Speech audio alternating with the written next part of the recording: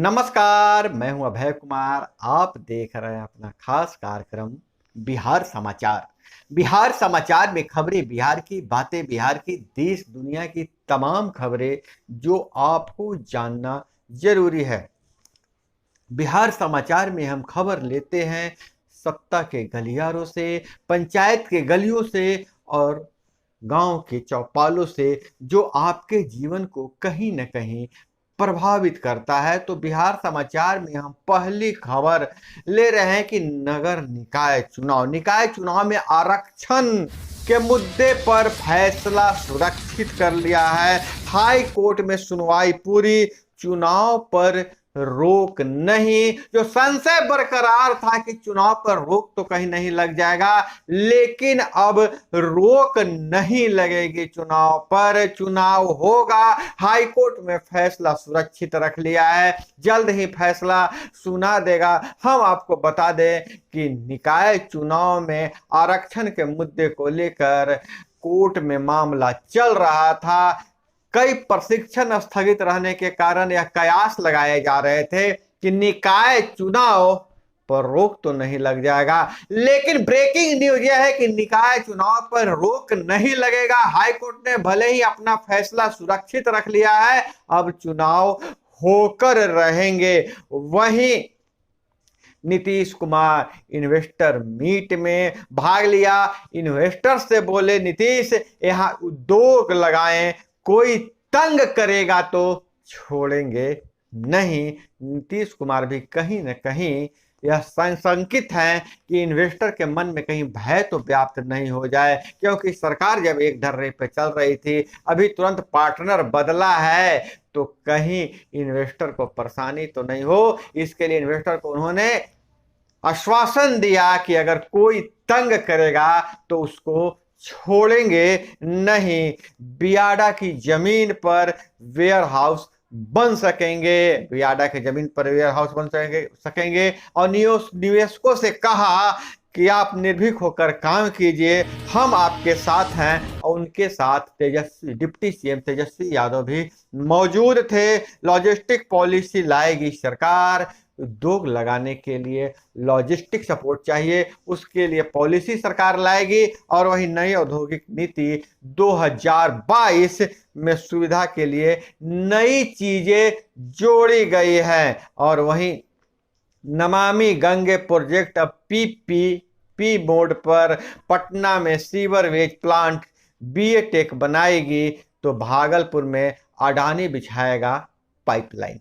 हालांकि राजनीतिक रूप से केंद्र और राज्य सरकारी पक्षी दल जो भी कहे अडानी अंबानी को के विरोध में बोलकर वोट बैंक अपनी तरफ करते हैं, लेकिन बिहार सरकार भी जो ठेका है पाइपलाइन बिछाने का वो अडानी का को ही दिया है। पहले केंद्र से निर्माण प्रोजेक्ट के लिए सीधे मिलता था फंड, लेकिन अब इसमें हुआ है बदलाव। 500 करोड़ रुपए का निर्माण कार्य 2 साल में होगा पूरा। क्वालिटी कंट्रोल के लिए भी अलग से एजेंसी तय। भागलपुर में 385 करोड़ तो पटना में 1154 करोड़ खर्च होंगे पूरे निर्माण पर।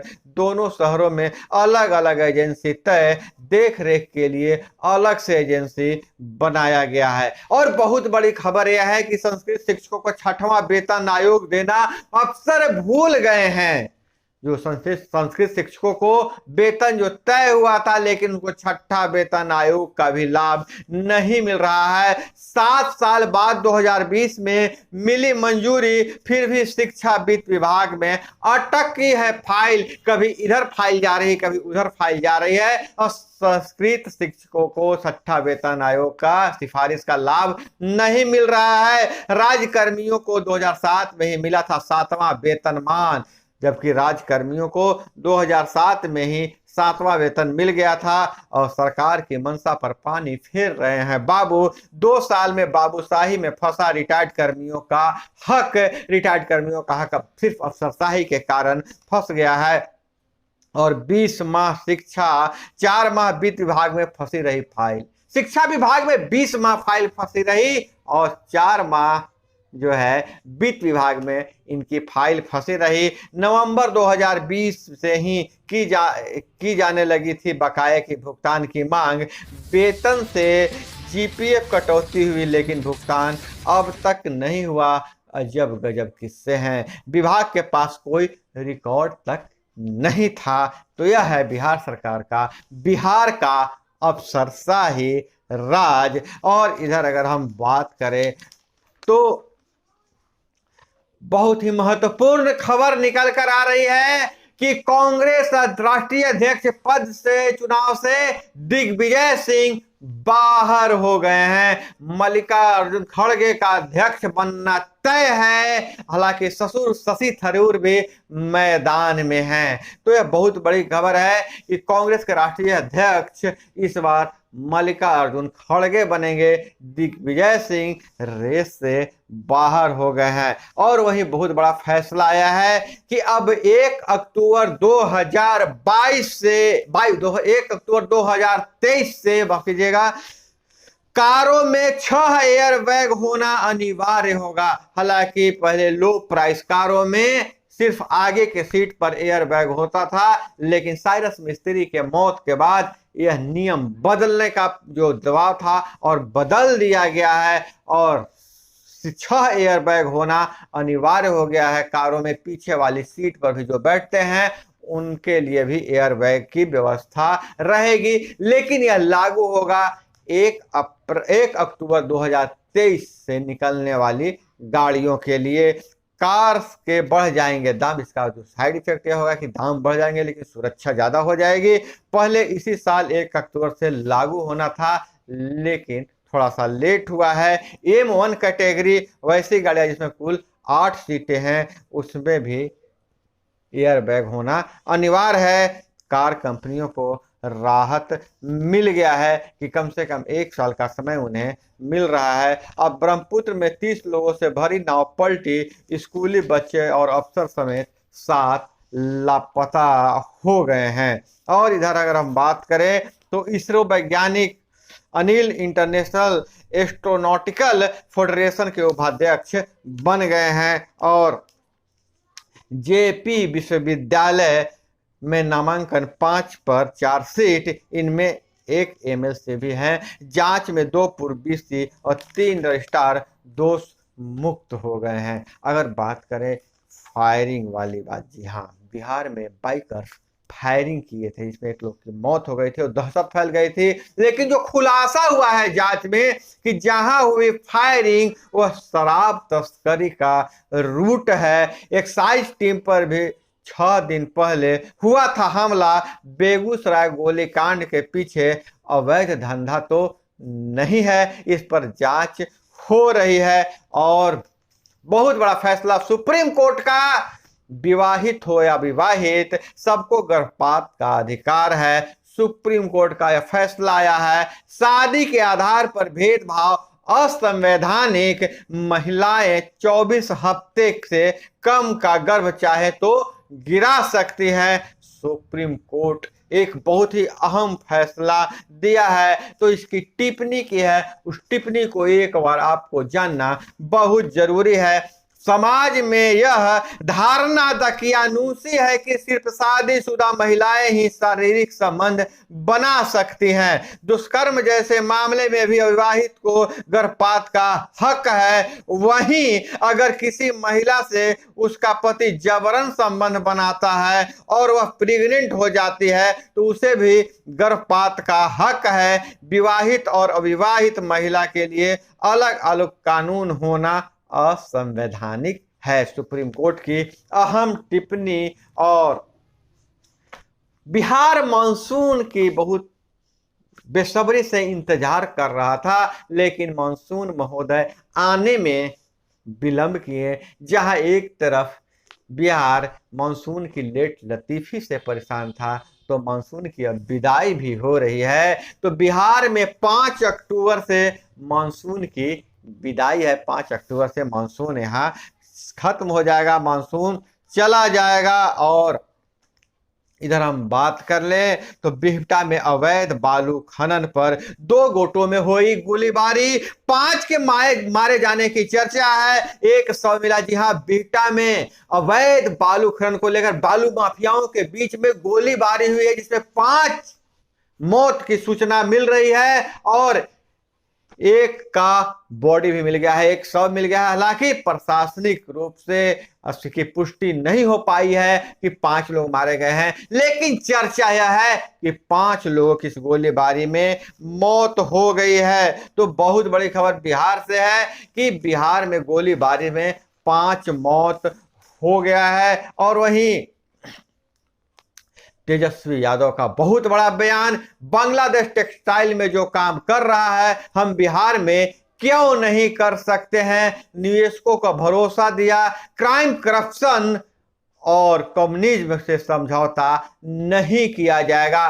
तो ये इन्वेस्टर मीट में तेजस्वी यादव बोल रहे थे। तेजस्वी यादव राज्य सरकार के पुराने अनुभवों को से पीछा छोड़ाना चाहते हैं और उन्होंने भरोसा दिया है कि हम तेजी से इसका औद्योगिकरण करेंगे और निवेशकों को भरोसा दिया है कि क्राइम, करप्शन व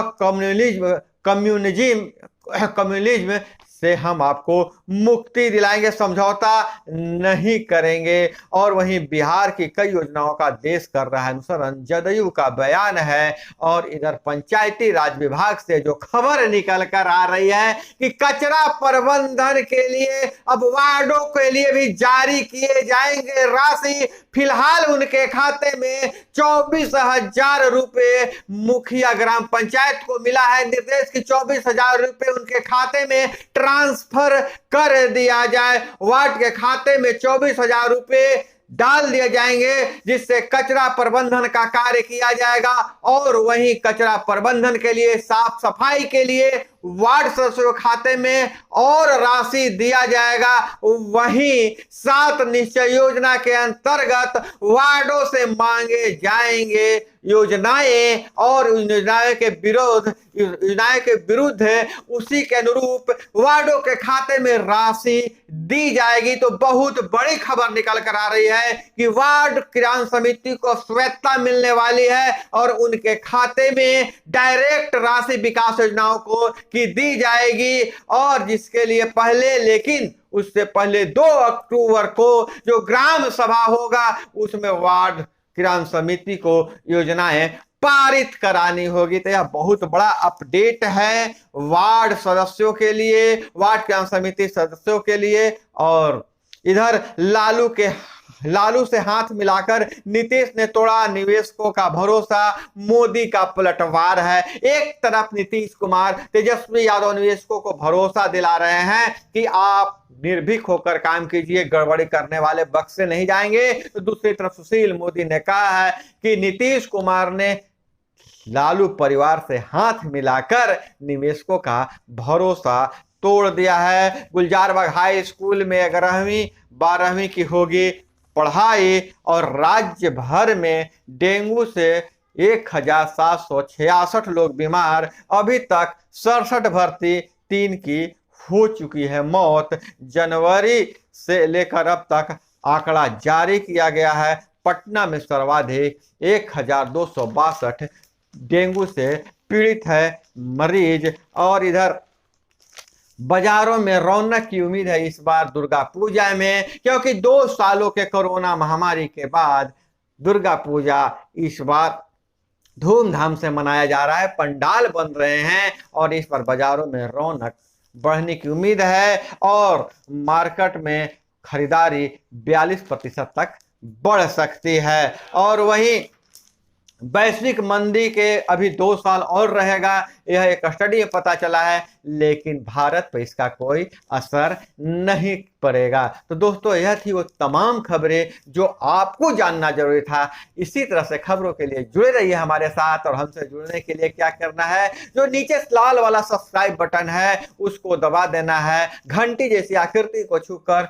ऑल सेलेक्ट कर दीजिए, तब हमारे चैनल के सदस्य हो जाएंगे, हमारे परिवार हो जाएंगे। अपना बहुत बहुत ख्याल रखिएगा। मिलते हैं अगले वीडियो में। जय हिंद, वंदे मातरम।